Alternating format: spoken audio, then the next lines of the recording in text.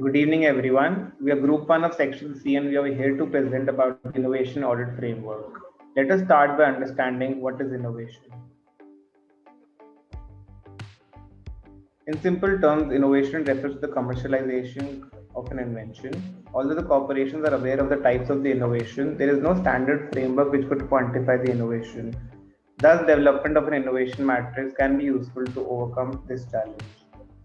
The Innovation Audit Framework is a powerful tool for classifying innovations and discovering new avenues of scope for innovation. It offers companies a structure to identify how effective they are at managing and bringing about the innovations. The framework also serves as a metric for analyzing different solutions and innovations of companies and identifying underlying reasons behind their success or failures. These learnings can be used to improve future products and solutions. The innovation audit framework is represented by a matrix which is a cuboid standing on three axes. The x-axis shows the types of the innovation, y-axis shows the locus of innovation, while the z-axis shows the nature of the innovation. These different axes of the framework act as a yardstick for gauging and evaluating an innovation.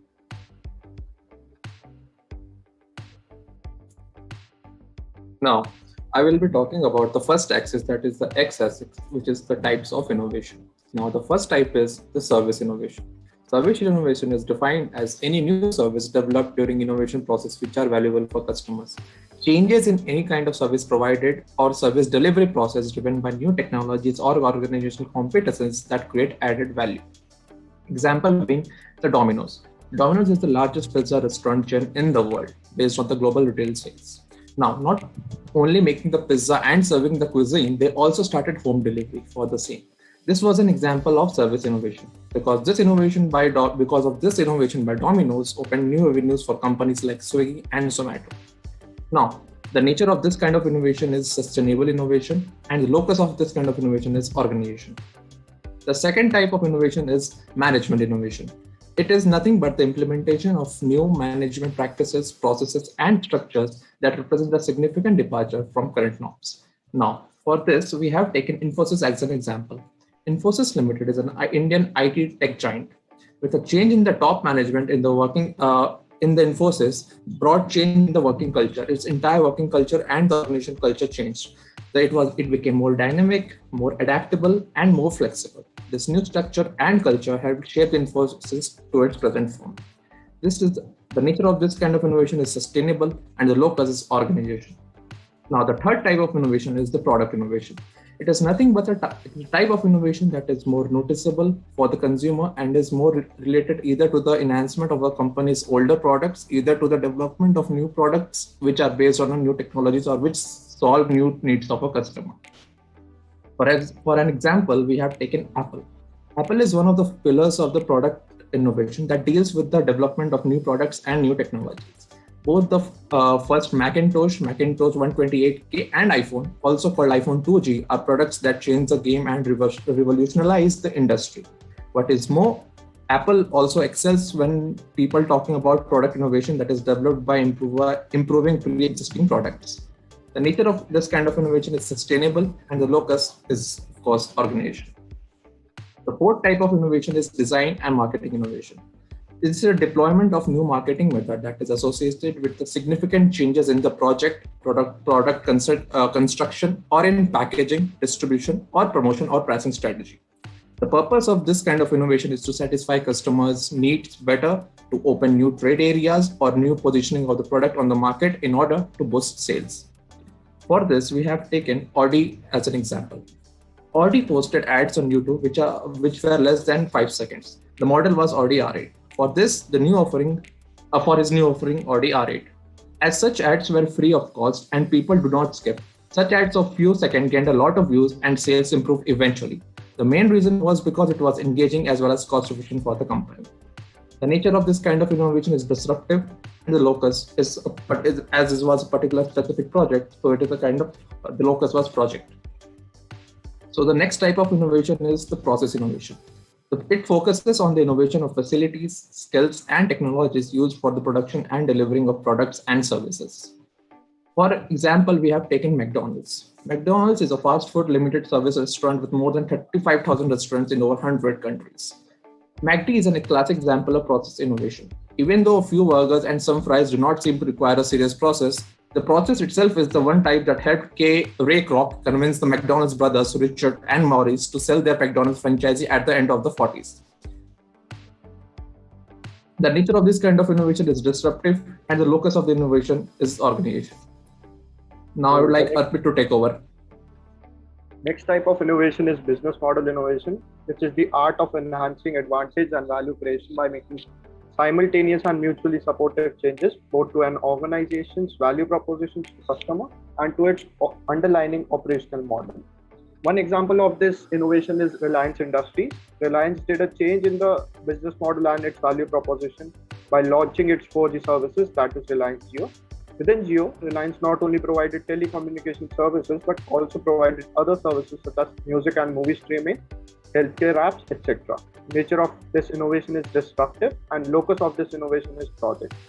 Next is technological innovation, which is the process where an organization embarks on a journey where the importance of technology as a source of innovation has been identified as a far increased market competitiveness, new innovation questions. One example of technological innovation is Amazon, which launched its much awaited product, Amazon Alexa, which was not only a product as well as a technological innovation. It only changed the way consumers, not only changed the way the consumers use it, but also the method of providing services. Nature of this innovation was efficient innovation, and locus was project.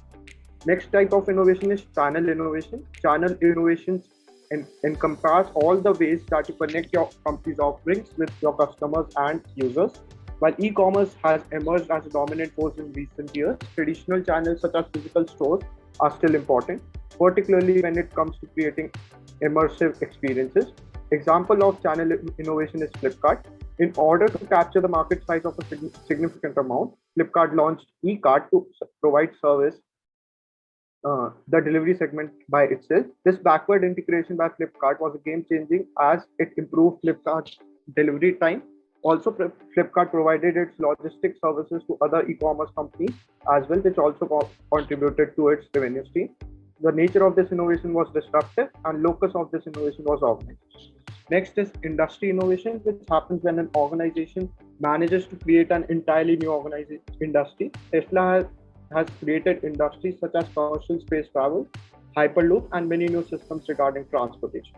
Nature of this innovation is sustaining, and locus of this innovation is business ecosystem. Now, Abhishek will take over.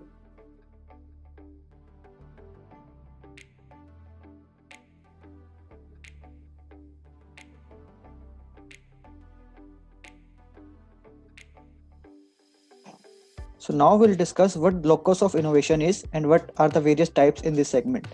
So it involves the place, event or situation where the innovation is taking place. And it plays a very vital role in understanding how the innovation took place, because it will further help us to know how flexible it is and how far it can go. Now we'll discuss the various types in this segment. The first one is small group and teams.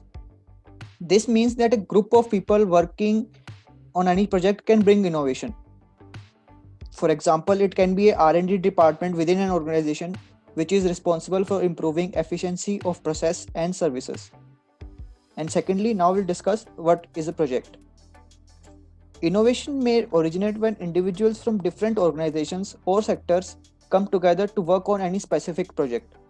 Now, this may bring out the most innovative solution as different talents from various sectors come together to work on a particular project.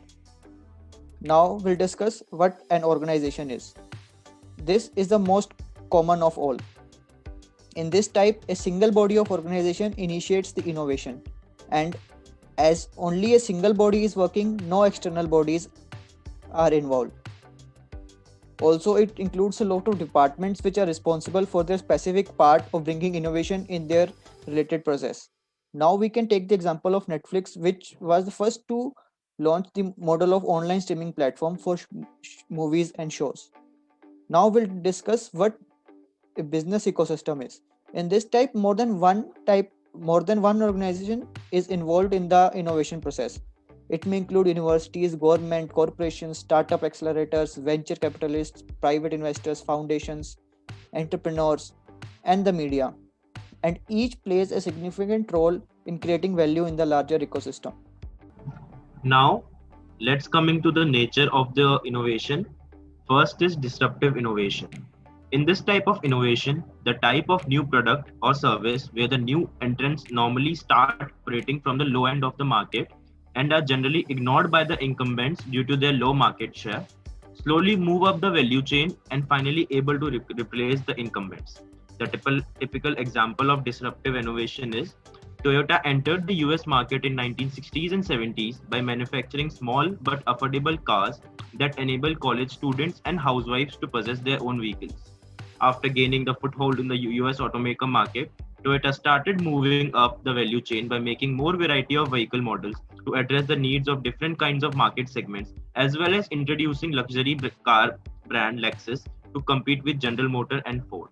Another example could be of Airbnb, with which the help of technologies disrupted the luxury hospitality sector by being in the budget hospitality sector. Second is the sustainable innovation. This type of innovation aims to provide quality and various features of their current product offering. A typical example of sustainable innovation is replacing an existing product model with a new product model. The limitation of this type of innovation is that at certain point of time, the product features probably overshoot the actual needs of target customers, where the customer opt to withhold spending and continue use the old product model. An example of sustainable innovation could be a consumer who has recently bought a Toyota Prius would not buy a Toyota Camry. Next is efficiency innovation. This type of innovation is generally a kind of cost-saving innovation system by improving the throughput of product line and thereby increasing the cost efficiency of the product. It helps in releasing more capital in the market by the means of cost saving. This is a kind of non-market creating innovation where the investors keeps on changing the capital for the improvement of operational efficiency without being able to create a new market opportunity due to non-consumption. The ideal way will be releasing the capital that is generated from the efficiency innovation. It in the disruptive innovation, which would help in creating a new market and also new jobs. Now, Naman will take over. So talking about Zoom. So Zoom Video Communication is an American communication technology company headquartered at San Jones, California. It provides video telephony and online chat services through a cloud-based peer-to-peer software platform and is basically used for teleconferencing, telecommuting, and distance education and social relation. And Eric Yuan, a former Cisco engineer and executive, founded Zoom in 2011, and it was launched its software in 2013. Next slide. So the key, their mission is that to make video communication frictionless and secure, and with the vision of video communications empowering people to accomplish more, and with their values focused toward community, customers, and company, and with their culture, they focus on delivering happiness. Next slide. So talking about the innovation in Zoom. So first point one being value creation and capture. Zoom strategy basically focus around building an easy to use, reliable, and high video quality conferencing product. Unlike its competitor in the market that it focused to provide a video calling product, and it is follow a customer centric approach to deliver the best result. And Zoom provides a platform with better video quality and less interruption than its competitor, and such factor played a key role in its success. And the second one being network effect. Before the COVID pandemic, Zoom used to operate on a freemium model with free account limited to 40 minutes call duration, and with the estimated market size to grow exponentially in the coming months due to social distancing practices which were adopted across the world. So Zoom lifted its limit to free accounts, giving up some portion of its profit to capture large market share. The video conferencing market has network effect, which basically means that when businesses and university adopt the particular platform, the more consumer and student will use this platform. And even when people are using Zoom in a social group, the remaining non-user will be also encouraged to download the platform to communicate with the rest of the members in the social group. Majorly due to this effect, Zoom evolved themselves beyond the professional use, and now social gatherings and Zoom parties being held on day-to-day basis. And third one being network bridging. So Zoom was effective in leveraging its network bridging and integrating with other platforms. Unlike its competitor like Apple FaceTime that can be only accessed on iOS. Zoom can be used in almost all operating systems like iOS, Android, and any other. And it created an app to integrate other platform in order to increase its reach. And the last one being its scalability and sustainability. One thing that remains to be seen is that if Zoom can keep up with a dominant position after the pandemic situation, one such challenge for the Zoom will be keeping user encouraged to use the platform even when in-person interaction can be common or can be possible. And further, Zoom needs to be constantly innovate to ensure providing a high quality product and ensuring easy to use at the same time. And Zoom need to focus on growing privacy concern among the users. It need to be more transparent as to how it will protect the user data. And at the last, I would like to say that Zoom continued success will depend on finding a profitable monetization strategy. Next slide. Now Nikhil will continue. Thank you, Naman. So with that brief overview about Zoom, we now apply the innovation audit framework to Zoom and classify the innovation the service provider has achieved. With this, we came to the conclusion that Zoom, the type of innovation that Zoom has achieved is service, its locus is organization, and its nature is disruptive. With over 300 million daily active participants, Zoom has emerged a classic example of huge disruptive innovation across the globe. It has found a worldwide user base from big and small companies to universities to even personal gatherings. Zoom has now become a verb, one of those many signs of a brand taking the world by a storm. To quote an article by Benjamin Dye, disruptive innovation occurs when a technology or capability does a job for a consumer better than all other products. While products come and go, the job to be done does not change often. People have and will always find the need to connect because humans are social beings. However, the solutions hired to meet this need change, and Zoom did the job of connecting people better than the rest. A former WebEx employee, Zoom founder Eric Yuan was versed with the shortcomings of the Cisco WebEx meeting solution. It shall therefore be no surprise that Zoom outranks WebEx on most all aspects of the comparison by Gartner for its Magic Quadrant for meeting solutions. Some key aspects of the Zoom user experience that make it stand apart in the large league of meeting solution providers are: ease of use. The Zoom interface is arguably the easiest and most intuitive to use, with almost no prior knowledge needed. Ease of deployment. Zoom is easy to download and install and works just as efficiently across large institutions as for a few users. The ancillary services. Zoom's large array of auxiliary services makes it the closest a platform can get to simulating the experience of physical meetings. Zoom presentation, chat and file sharing, which allows users to share files that are directly downloaded onto the system. Zoom breakout rooms, its whiteboard for teaching, its permission to allow meetings to be recorded and shared, and many more. Continuous enhancement. Zoom nurtures a spirit of constant enhancement and innovation, which reflects in the frequency with which the platform provides users with software updates, each replete with its own set of new and extremely useful features. With this, we conclude our presentation on Innovation Audit Framework as applied to Zoom. Thank you.